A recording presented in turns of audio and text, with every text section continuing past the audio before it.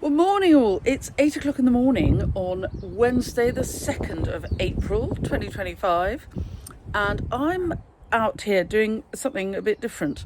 One of the reasons I've been a bit absent on the old YouTube the beginning of this year is I have been busy finishing the edit of a total 100% start to finish rewrite of a book I first published in 2014.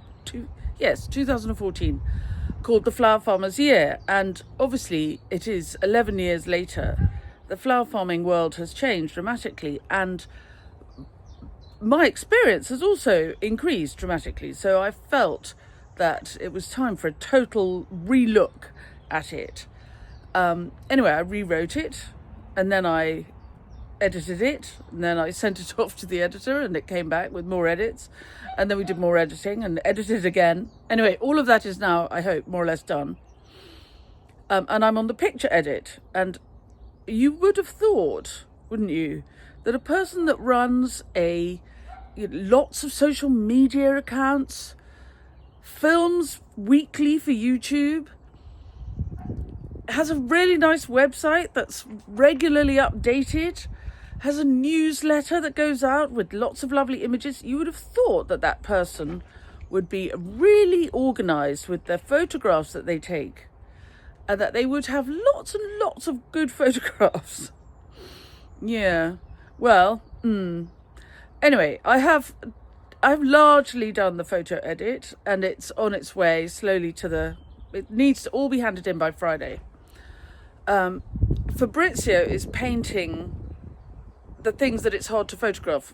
He's a very good artist, and so he's painting kind of diagrams for the book. They will be going to be delivered on Monday morning, and I'm now walking around the garden. I'm just looking for what I would call B-roll.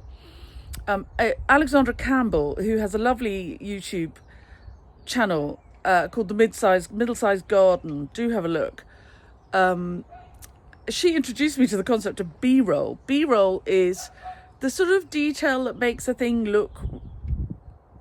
It gives the reader or the person looking at the film time to catch up with what's going on. So on YouTube, it might be, the butterfly landing on the echinacea, or the dog gambolling across the garden. But in a book, it might be just, the gardening gloves and a trowel on a table. Anyway, that's what I'm looking for. I'm going to have a little look for some nice things to take photographs of, just to be background rather than tell the exact. So they're telling the story of the farm, this farm, rather than the how-to stuff, the B-roll. Anyway, I thought you might like to come along. I've come out at 8 o'clock in the morning because it's a nice light. There's some nice shade and shadow.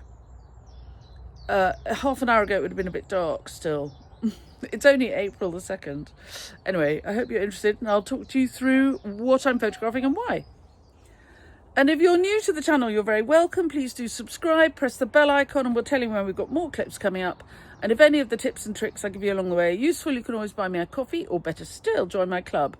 And the links to coffee buying and club membership are in the blurb to all my clips. Right, let's get on. Now, this view for a photograph is good. You might think there's nothing in it much, but you can see all the seedlings in the greenhouse.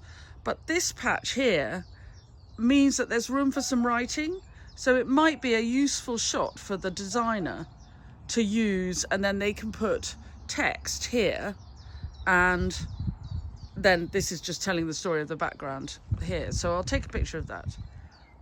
Also, I quite like this. Again, here's the polytunnel sort of growing away, but I like this old spike which we found on the farm some point, and it's been used to close the polytunnel door for years. And again, I could photograph this, and I could photograph it so that this is in focus, and then the designer can write here, or I can photograph it so that the spike is in focus and the designer can write here. I quite like I quite like both, so I'll take both and we'll see, and they can choose. And I haven't really got very many of the new studio for this book, so I might just do a couple of wide views with the shadows. I love the shadows making big stripes across the lawn. This is easily the tidiest time of year. This is it, the tidy moment. And when you're photographing, you have to choose where your uprights are and try and make them straight. So look, there's a tree over there. That's a straight upright. And then weirdly over here, that's kind of falling out that way, but I'm gonna make it so that I'm gonna always keep an eye out where uprights are and have them as straight as I can. And then I'm going up here because the view from the other end is good too. This really is as tidy as it ever gets. I still have bits to mulch, but we're getting there. And then the big planting out can start. So I'm always banging on about these lovely pigtail spikes, and we have loads of them around the place. And I think they'll make a good B-roll photograph, just a useful thing to have lying around. But I might do a bit of styling. I haven't got very much time, but I might do a bit of styling. And I've got I've got a random flower pot here on top of this. So just to give me something to look at, or a point of view, I will just randomly have it on there, and it gives a something to look at, to draw the eye. And you can see the sun is really up now on up here on the right. Don't want to blind you. But if you ever are interested, there's a new book out by Jason Ingram, who's a fantastic garden photographer. And he's been here a few times and taught here. And one of the things he taught me was keep the light at 10 or 20 past or 10 or 22. And of course the sun is at about 10 past. So I think we're okay. So yesterday I was up here. This is the sort of, which I call the situtory of the new flower studio. And you can see how the sun, this is why I wanted to photograph it this time of day, because the sun makes these lovely patterns on the walls. It's really very pretty. So I want to take some pictures of stuff. But of course, a bit of styling. I don't think the shredder's very pretty. So I'm going to move the shredder out. I know I shouldn't, but because, you know, we're being realistic. But equally, this is a book that's supposed to inspire people. And I don't see the shredder because it lives there. But I'm going to move it because I want to make a really attractive scape, if you like, of tools and urns and what have you. So but I have got no time because I've got to go and do this blooming photo edit. So I'm going to be quite quick, but I just want to catch the light on the wall, really. And then can you see there's a plug? So I'm going to quickly arrange the urns to cover up the plug because I want to make it, I just want it to be attractive. She says, doing her hair. There, that's better. Right, now I'll take a picture. And really, you've got to really get your straight line straight in this. Of course, if I take a picture, the frame is slightly different, and I'm also doing it portrait. But if you're taking a picture of something like this, then really get your straight lines so that otherwise it just looks wonky and annoying. But also, if you're taking a picture, do bear in mind every time that things like this large space of wall is really handy for for some text. So when you're photographing, sorry, I'll turn you up a bit. When you're photographing for print, it's worth thinking, oh look, there's a nice place to write some text, and give the designer some options.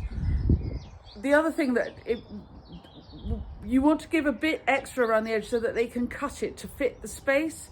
So you might have annoying, for example, that's Fabrizio's put the put the tape along there so that it's a trip hazard, to show that it's a trip hazard.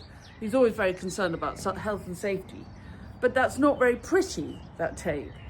But I can photograph, the tape will be in the shot a little bit, and I kind of assume that the designer will crop in a little bit and get rid of that. But if I've cropped in already, then I've left the designer no elbow room. And I'm no designer, I can tell you. So I'm just giving them the best I can and hoping for the best. Now, this doesn't look much on a film, but if I'm taking a portrait photograph, it works really nicely. And this light area, again, good for putting writing on. And actually, in the end, I've added this scented pelargonium, which just throws, again, plays with the light a little bit. And when I've taken the photograph, I've been really, really careful. The thing I've been lining things up against has been the top of the waist knot whatnot here, rather than anything else. But it's given me a nice splay of lines, like Les Raboteurs, that wonderful Caillebotte painting from the 19th century, because art is everywhere. Right, there's one more shot I really need to take, and that's the shelfie. And this is not my everyday, I don't use all these vases every day. They're kind of for special occasions and demonstrations. My days of doing big wedding installations are long gone, but these are sort of the remains of what happened in those days. So I'm going to do two shelfies. I'm going to do one of this lot, which look very attractive, and again make kind of background B-roll type shots. But I'm also going to take a photograph of all my actual everyday glass vases and make sure that they're in there as well, because that's my everyday work. Right, so here's the shelfie, and I have done a little styling because I can't have 3 million photographs of every single thing in the book. So I've kind of put everything I use regularly or love. So I've got weird things like a thank you card from an author called Joanna Trollope, who had flowers off me a while ago and wrote me a really lovely thank you letter. It was so nice, and I was such a fan of hers that I framed it. So there's the Joanna Trollope thank you is there, and it wasn't there this morning. I've also put a pile of wine boxes. These are wine boxes. We use these for all kinds of things. We use them for transporting flowers. We use them as props. We use them as, I use them as layers so that I can raise things up or put them down. They're really, really useful. And they were, a cousin of my mother's gave them to me years ago. He's a very serious wine man. And my husband, Fabrizio, painted them this sort of French blue for a wedding. I honestly, probably in about 2014. I think in the first book, there are pictures from the wedding. Maybe the wedding flowers book. Anyway, so, but I have put them there because behind there there's a plug and the receiver for the Wi-Fi coming from the house. It's bounced over on a kind of like a dish. And that's not very pretty. So I've covered that up with the wine boxes. And I kind of tidied the shelfie so you get a whole idea. And also I really like the old wooden stepladder, which is not safe for climbing up. But I use it in my workshops and demos. I put a big board with paper and I use it like my flip chart thing. But it's kind of nice and vintagey and it looks nice in the picture. So, and I've got my regular vases here that I use all the time. I've got my regular jars that I use all the time. Some other regular stuff that I use all the time, but I've also got my favorites and the things that I use when I'm doing special work. I've added, this is, you see what you think. I've added a ball of string and a couple of pair of snips, and I like the yellow in the handles. I think they just lift it. And actually, I'm glad I didn't take this picture this morning because the light is now flooding in from the west and it's warmer. It's a warmer light than it was this morning. So, she says as the light goes. Anyway, there you go. So I've had a much nicer time styling and taking photographs than the time spent editing. I would not be a good pro photographer because I love to take the pictures, but I don't like to process. This is where, you know, your hobby is great. So my business is growing flowers for sale. And at no stage in that process do I kind of run out of steam. Photography, I just like taking the pictures, and then I need an assistant to do all the work. But I haven't got an assistant, so I have to do it. Anyway, there we go. You'll have to see the copy of the book, which is not out until February 2026, to see how that image comes out. Or maybe it'll be edited out by whoever the designer is. Everything's possible. Anyway, I'm pleased I've taken it. And on we go. Right, well, I hope you've enjoyed the clip. Tip, if you are taking photographs for any work, I'm always taking pictures. I quite like a lot of straight lines in images. I think they give perspective where otherwise it might be hard to see, get a sense of space. And so I like the straight lines in the shelf, but I have spent a little bit of time making sure that the camera is absolutely straight. Because imagine how annoying if I were talking to you like this and the camera were just ever so slightly wonky and the shelves were just ever so slightly off. It would distract you the whole way through the conversation. So getting the line straight here for this image has taken a bit of time, as well as arranging all the vases. And of course I haven't added flowers. I could have done a great big flower arrangement to go here. But you know what? This book is about the life of a flower farmer. So there's a limit to how much styling I'm going to do. I need to send these photographs in. So I hope when the book comes out, you will have a look and see if this is in it. And how much it's been cropped. They might just they'll crop out the Joanna Trollope, thank you. Or, you know, make it disappear. I don't know. Anyway, at this stage, I'm grateful to have a publisher, and I'm really, really grateful to have a designer so I don't have to do this work. I hope you've enjoyed the clip. I've got to go and sort out my greenhouse because it is the end of the day and we're getting these lovely warm days. It's 18 degrees Celsius, 18.5 degrees Celsius today. It's like the summer, 2nd of April. But it's going to be cold tonight. So I better go and do my actual job. Thanks very much for watching, and I'll see you very soon. Bye-bye.